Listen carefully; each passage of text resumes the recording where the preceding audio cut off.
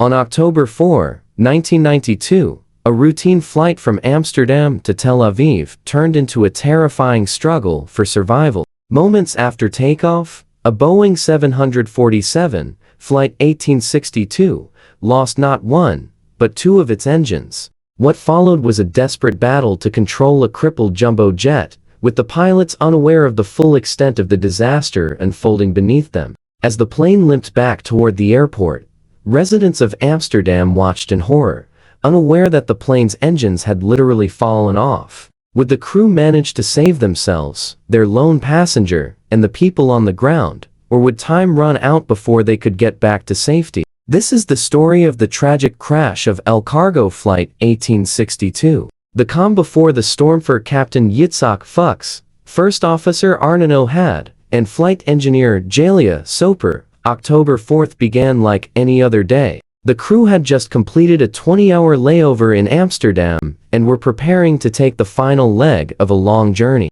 Captain Fuchs, a veteran of El Al with over 25,000 flying hours, was well known in the airline. His co-pilot, 32-year-old Arnon Ohad, was far less experienced with the 747, with just 600 hours on the aircraft. Soper, the flight engineer, was also a seasoned veteran. The crew was about to board the aircraft for a flight to Tel Aviv, but unbeknownst to them, the plane had been flagged with multiple mechanical issues.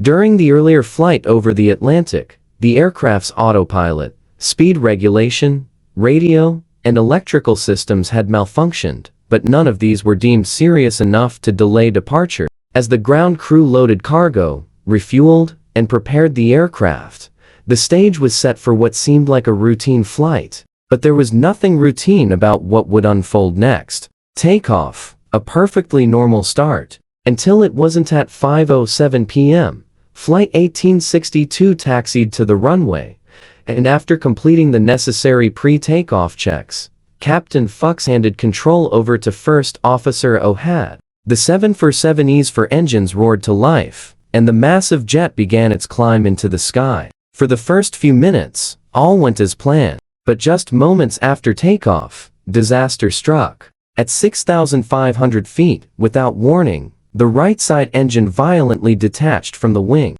The force of the loss ripped off the adjacent engine as well. Flight 1862 was now flying with only two engines working, both on the left wing, and neither the pilots nor air traffic control had any idea what had just happened. A battle for control inside the cockpit. The crew was caught completely off guard. Warning bells blared, but no one knew why. The pilots had been trained to handle engine failures, but never a dual engine detachment. Worse still, there was no way to visually confirm what had happened. The aircraft's instruments still assumed the engines were attached and functioning. Captain Fuchs took control, knowing that only his experience could give them a fighting chance.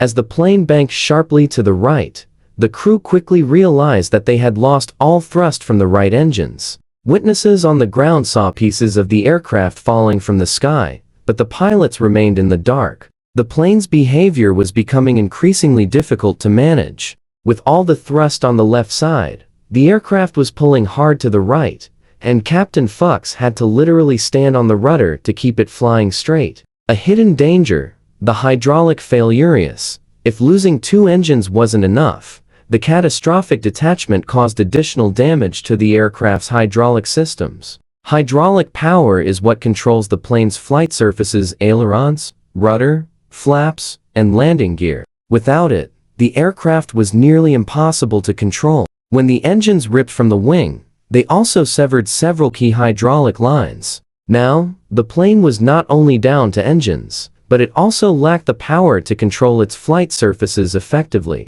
The remaining control systems, like the rudder and ailerons, were barely functional, leaving Captain Fuchs with an aircraft that was almost impossible to fly. The desperate final approach air traffic control, aware of the gravity of the situation, began guiding the crew for an emergency landing. However, everything was stacked against them. The aircraft was now too high and too fast for a safe landing. To make matters worse, the wind had shifted, creating a significant tailwind that would increase their speed on approach. The crew, aware that they were rapidly running out of time, began configuring the aircraft for the emergency landing. But when they tried to extend the flaps, a crucial part of slowing the plane, the system failed. Without the flaps, the plane couldn't slow down enough for a safe landing. And with only one side of the aircraft providing thrust, the plane began to drift dangerously off course. A heroic struggle, but the odds were against them. Despite these challenges, the pilots continued their fight to land the 747.